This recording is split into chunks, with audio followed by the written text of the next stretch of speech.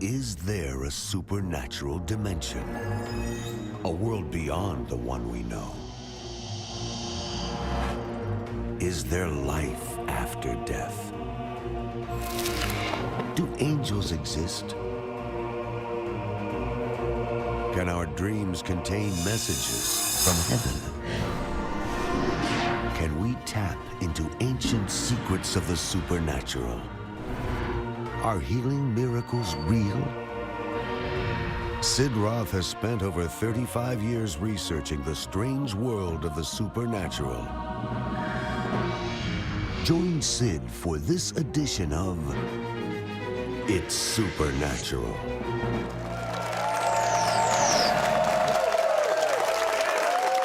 Hello, Sid Roth here.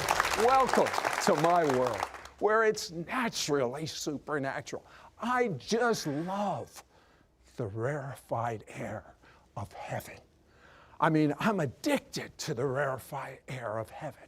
I want more and more, and I want you to have more and more. My guest has uncovered an amazing cover-up by our government, by the Smithsonian Institution, to hide the evidence that Darwinism is a phony.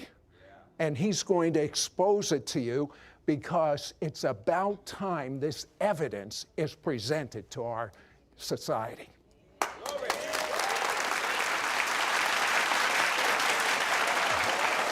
So, L.A., who's your friend? Well, Sid, this was a skull, a cast of a skull, which we got in Paracas, Peru. We saw literally hundreds of these down there. But you know what's so amazing, and we'll get to that in a minute, but this skull is not completely human.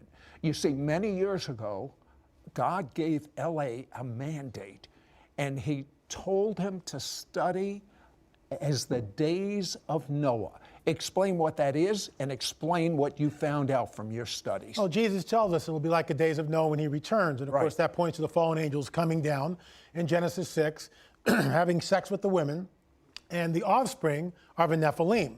And I believe that this is a Nephilim skull. Means the giants. Well, that was one of the characteristics. Ah, okay. Later on, I think they became different characteristics. Okay, now these Nephilim, and you know, I've always wondered, I don't know about you, when you've studied the Bible, you see God says, destroy all the people in Canaan, destroy all the people in Sodom and Gomorrah. Why would God not have mercy on any of these people? There's a good reason. Explain. Well, the reason simply is this, that we're dealing with a demonic hybrid known as a Nephilim. I believe there were many different incursions, if you will. Genesis, you mentioned, of course, Sodom and Gomorrah. Later on, when they push into Israel, the land of Canaan, who were there? The Nephilim are there. And the mandate is always the same. Now again, the Nephilim were the fallen angels had sex with human women and produced these giants and these hybrid, if you will. Hybrid, sure. Okay, and if God could not get rid of them, they take over the earth. Well, not only that, they would pollute the genome of the Messiah. That's really was the end game, especially in Genesis 6 with the flood. Okay, now you have found some amazing research in newspaper articles from the 1800s and 1900s about these Nephilim. Tell me about it. Well, I believe that they're Nephilim. We know that 150 years ago, as settlers pushed westward, they found burial mounds. And at first, everyone thought these were Native Americans. Well, they would dig into these mounds, and they would find 9, 10, 11 footers, sometimes with 6 fingers, double rows of teeth, copper ornaments. These were not, and red hair. These were not indigenous Native Americans. Then when you talk to a First Nation Native American, they'll tell you that, oh no, there was a race of giants that predated us. They were here when we arrived. And I've never heard that. I always heard it was the Native Americans, but this is that even the Native American folklore and history tell me one of the things you heard about this from Native Americans. Just one of the things, the Paiute tribe, for instance, there was a race of cannibal giants. They were very large, and the Paiute would fight against these giants. And at one point in time, they herded them into a cave, and they set the mouth of the cave on fire, and they wiped out that tribe of giants. Interestingly enough, that cave still exists today. Tell me about the Smithsonian and the bones that they have found of what could be the Nephilim. Sure. We discovered that case after case after case, 9, 10, 11 footers are found, and the Smithsonian shows up, and they confiscate the bones, and they put them in crates, and they're carried away, never to be seen again. And we have case after case after case. But if I was the Smithsonian, that would be my major exhibit. And what could possibly be the reason that it's been taken from public sight? Well, the reason is actually very simple. The Smithsonian adheres to a Darwinian paradigm, a Darwinian worldview. They believe in Darwinism. Anything that comes up against that, anything that comes up against it must be put aside, dumbed down, just completely cleared off the table. And this, of course, goes against the Darwinian theory, because where did these people come from? It's not the Beringian land bridge, that when the Ice Age and they came across the Bering Strait, that blows that whole theory out of the water. These people came from something else. I believe that the tribes in North America and in South America are the remnants of the Nephilim tribes that Joshua and Caleb pushed out of the Promised Land when they conquered it about 3,500 years ago. But wait a second. If they killed all the population, how could they migrate then to the United States? They didn't kill all the population. It would stand to reason, as they begin to move in to the Promised Land, the giants see what's happening, that the Israelites, first of all, have the power of the Most High God, and they are annihilating all the tribes. So the Amorites, perhaps, and maybe the Perizzites over here, some of these guys go, we got to get out of here. Some flee northward, and we have a trail that we believe follows that. Some flee across the Atlantic Ocean. And the workings of Thor Heyerdahl, for instance, proved that you could sail just on the currents from Egypt and wind up in South America. But you know what? There's even greater documentation than that. You're going to find out about an entire communication system way before the internet, about architecture that no one could have known back then. When we come back, we'll explain. We'll be right back to It's Supernatural. Call right now to get L.A. Marzulli's must-read book on the trail of the Nephilim, giant skeletons and ancient megalithic structures, plus his shocking 2 DVDs, Watchers 6 and The Cosmic Chess Match. Yours for a donation of $50. Shipping and handling is included. Ask for offer number 9189. Through his riveting book, which includes over 120 high-quality photos and his 2 DVDs, you will see unaltered color photos and videos taken in the USA and South America of newly discovered ancient Nephilim skeletons, 10 to 15 feet tall, the hybrid offspring of fallen angels referred to in the book of Genesis. See and read about the giant megalithic stones, over 120 tons each, moved from over 50 miles away during a time in history when such technology was not available, nor is it available today. Learn that it was ancient hybrid giants who moved these massive stones. Learn about the ancient grid, which exists today and will be used by the Antichrist to enslave every human being on the planet. Find out about the discovery of implants in humans during alien abductions, which are supercomputer chips that will change the genetic structure of every person who takes the mark of the beast. Don't miss out on getting L.A. Marzulli's must-read book on the trail of the Nephilim, plus his shocking 2 DVDs, Watcher 6 and The Cosmic Chess Match. Call or you can send your check to Sid Roth. It's Supernatural, P.O. Box 39222, Charlotte, North Carolina 28278. Please specify offer number 9189 or log on to sidroth.org. Call or write today. We now return to It's Supernatural. L.A., why do you say these skulls that you are finding out about, especially in Peru and the United States, are partially human?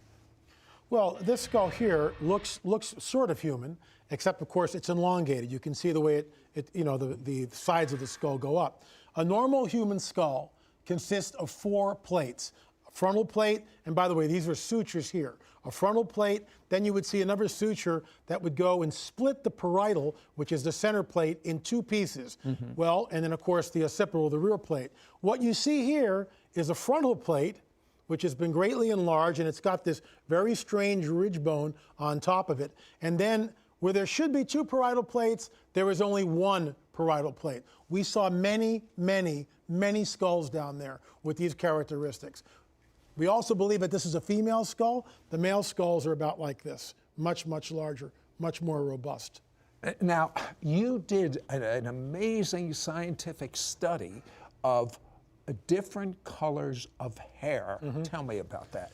Well, the hair on many of these skulls are red. They're sort of a reddish auburn in color. That shouldn't be there. Why? According to the Darwinian theory, all these people should have black hair because they came across the Bering Strait 10, 12, 20,000 years ago, whatever. And so these had red hair. But we wanted to see if the hair was dyed. So we took some hair samples, and there's a machine called Raman spectroscopy. What this does is it shows the molecular structure of each of these hairs. So we took a control sample of normal human hair. We took the red hair from the mummy, and then we took a dyed human hair, and then we took a hair from a man who had claimed to have been abducted by aliens and forced to have sex with a hybrid. So we have 4 hairs. The control sample went like this on a graph, okay? The human hair just went like this. The dyed sample went like this, right through the roof. But here's where it really gets interesting. And in my opinion, it links what happened in antiquity with what's going on today. The days of Noah, the presence of the fallen angels.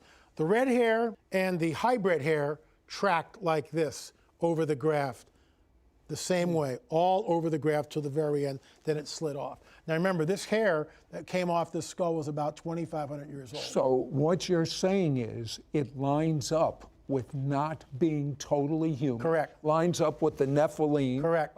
That the Bible talks about, where the fallen angels had sex with the women of men. Now, tell me about the research you're doing in Peru, and especially what you found under the Catholic Church.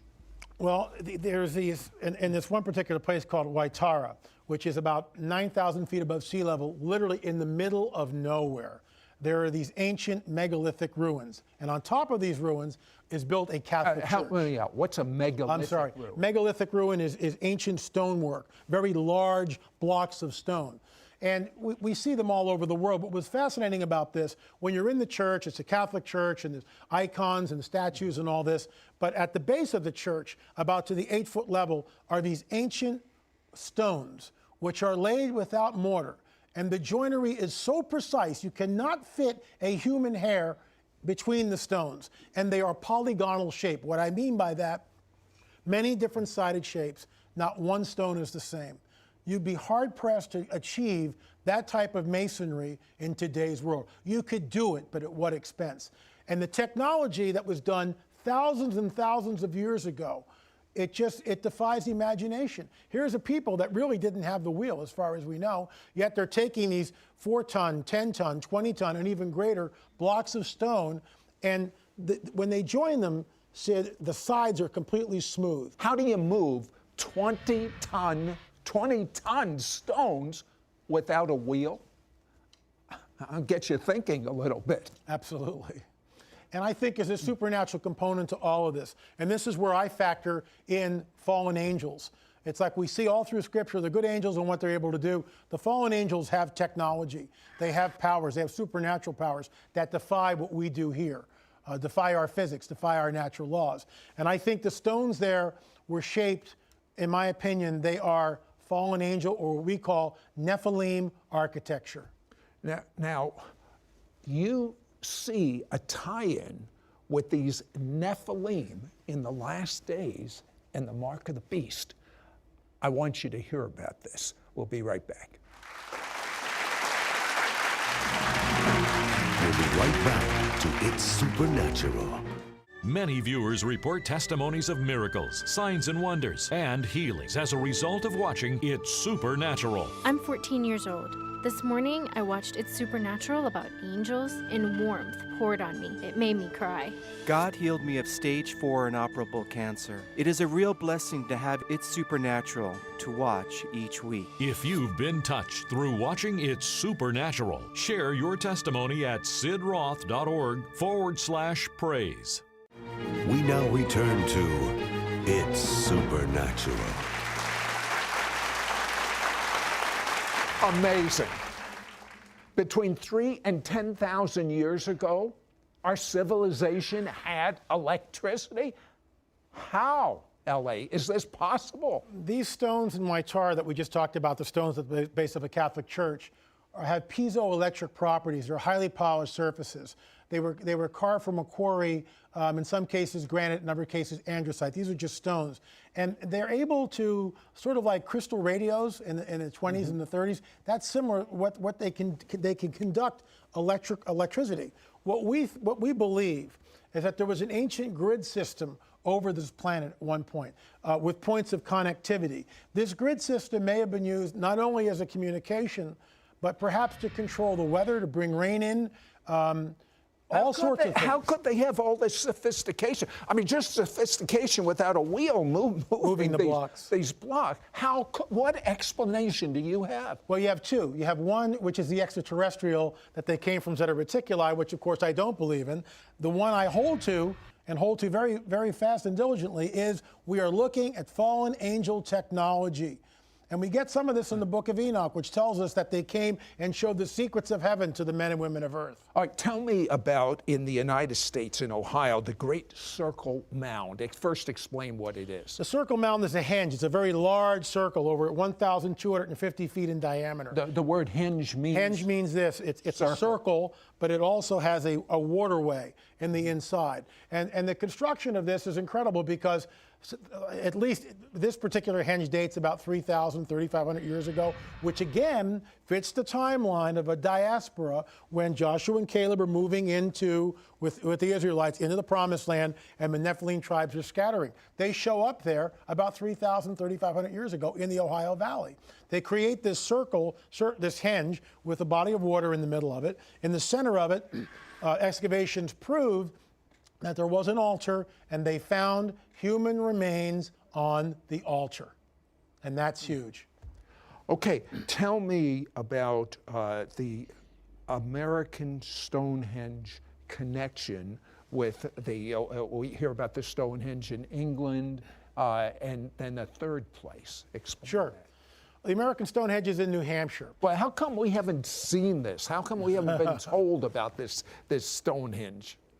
Well, things are coming to light. I believe because we're in the last days, that all this stuff which has been hidden is now coming to light for those of us who are interested. Well, Daniel even says a sign of the last days absolutely. is there'll be an information explosion. Knowledge will increase. We always think, well, that's the computer, but it's also other areas. Absolutely. The typical henge, it's a circle, and like many of these henges, like Stonehenge, it charts astronomical events. What I mean by that, summer solstice, winter solstice, spring equinox, fall equinox. And the circle, when you stand in the center of the henge and you look out, there's a standing stone. And that standing stone, let's say, is 100 yards away. And so on a summer solstice, the longest day of the year, you watch the sunrise come up over that standing stone. Well, Kelsey Stone, a college student, was wondering, well, gee, I wonder if I extend the line from the center of my henge in New Hampshire out to the summer solstice standing stone to see where it goes. So he begins to extend this line. He extends it further. It's across the Atlantic. And to his utter amazement, it bisects dead center the center trilithon in Stonehenge, England. And you can't do that in antiquity. There's no way. You can't take a long enough string and go across the Atlantic Ocean. It has to be done from the air. Audience, do you think thousands of years ago they had anything remotely close to this kind of technology? Doesn't this show there was a super intelligence and what the Bible talks about, the Nephilim? And what's amazing, I talked to a surveyor. There's no way to do anything like that unless you're in the air. Who is the prince of the power of the air? It's Satan. And this, to me, once again, fallen angel technology, but it gets better. When you extend that line from New Hampshire and it intersects the center trilithon in Stonehenge, when you continue that line, you wind up in Beirut, Lebanon. And Beirut, Lebanon is the home of the Phoenicians, and the Phoenicians are the descendants of the Canaanites. And the Canaanites were a Nephilim tribe. My goodness. So then you can see where some of them came to America. Absolutely. And that's why they're finding these skulls and these bones. And some of these bones they're finding show that the people were how tall? Well, there's 9-footers, 10-footers, and 11-footers, and even pushing the border up to 12 feet in some of these burial mounds. And again, going back to Smithsonian, we have report after report from newspapers telling about once a town would exhume the bones, and a doctor, a man of letters, would measure the articulated or the disarticulated skeleton. And disarticulated skeletons when the bones are just laying all around. But a doctor, a man of letters 100 years ago, can read a tape measure. And yet when you talk to an archaeologist, they will tell you they didn't know how to measure, which is, in my opinion, a bunch of nonsense. So the Smithsonian would come in, they would confiscate the bones and crate them up, and you would never see them again. They were just gone. What a cover-up. Absolutely. Now, how does this tie in, based on all these years of research? And I might add, he heard from God to research the days of Noah, because of all the times in the Old Testament, Jesus said it will be like the days of Noah. Explain to me, with all this research, how it ties in with the mark of the beast. Well, the mark of the beast has 4 characteristics. If anyone takes it or receives the mark on the hand of the forehead, you can't buy, sell, or trade without it. That's the one we all know. The second one is men and women will seek death in those days but not find it. Well, what days? The days of the mark, which coincides back to or points back to the days of Noah. That lifespan seems to be extended. The third one is you take the mark, grievous sores appear on the body. Right. The fourth one, which is the most telling in my opinion, anyone who takes the mark winds up in the lake of fire. There's no grace, no mercy. You're in the lake of fire. And the same judgment that we see with the Nephilim in Genesis 6, Sodom and Gomorrah, and what happens in the Levant or Israel, the promised land, when Joshua and Caleb come into the promised land, it's always the same mandate. If a Nephilim is there, the judgment is always the same. It's total annihilation. There's never a shred of grace and mercy. That's my question. Why would someone in their right mind that knows what the Bible says even consider taking the mark of the beast? Because what is coming, this coming great deception, hinges on Darwinism. Darwinism tells us that there is no God, that we just evolved over billions of years. When Ben Stein sits down with Richard Dawkins, one of the premier evolutionists of the 20th and 21st centuries, and says, where did life come from? Dawkins says, well, maybe millions of years ago in another galaxy, a race of highly evolved aliens created us and then seeded us here through the galaxy. That's what he believes. I call that the alien gospel. This is what's coming, and it dovetails into Darwinism. Scientists and the masses, when they show up, the coming great deception, and they will show up. They will have 2 things for us: free energy, which pilots the crafts, and the second thing is they'll have this DNA upgrade. And if a person takes this DNA upgrade, his DNA will become altered. Yes, he will have no diseases for 500 years or more. Yes, he or she will live and all this, but the problem is you are no longer human, you become Nephilim, and that's why the judgment in the book of Revelation is exactly the same as Genesis 6. There's a correlation between the 2. Now tell me about that recent press conference of the UFOs. That was in Washington, D.C. Senators, congressmen, governors, Air Force pilots, people with top secret clearances all came on the record basically stating that the UFO phenomena is real, it's burgeoning, it's not going to go away. It's increasing in numbers. This is the coming great deception. What event can change everyone's worldview in a second? You see a mile-wide craft over your city, unless you know what you're looking at, you will be deceived. And Jesus warns us that even the elect would be deceived if that were possible. Well, you know, we started out talking about the days of Noah. Well, Jesus says it'll be like the days of Noah, and he will come at an hour you do not expect. So the issue is not what we've been talking about. The issue is, are you ready? That's the issue. You can only get ready with God's supernatural change of DNA, and that is make Jesus your Messiah and Lord. Ask him to forgive you of your sins because he died for them, and ask him to live inside of you. It's not complex, and I tell you, your DNA will be changed to be the way God created you to be. If you like the way things are right now, then don't change. But if you believe there's something better, make Jesus your Messiah and Lord. Do you agree? Amen.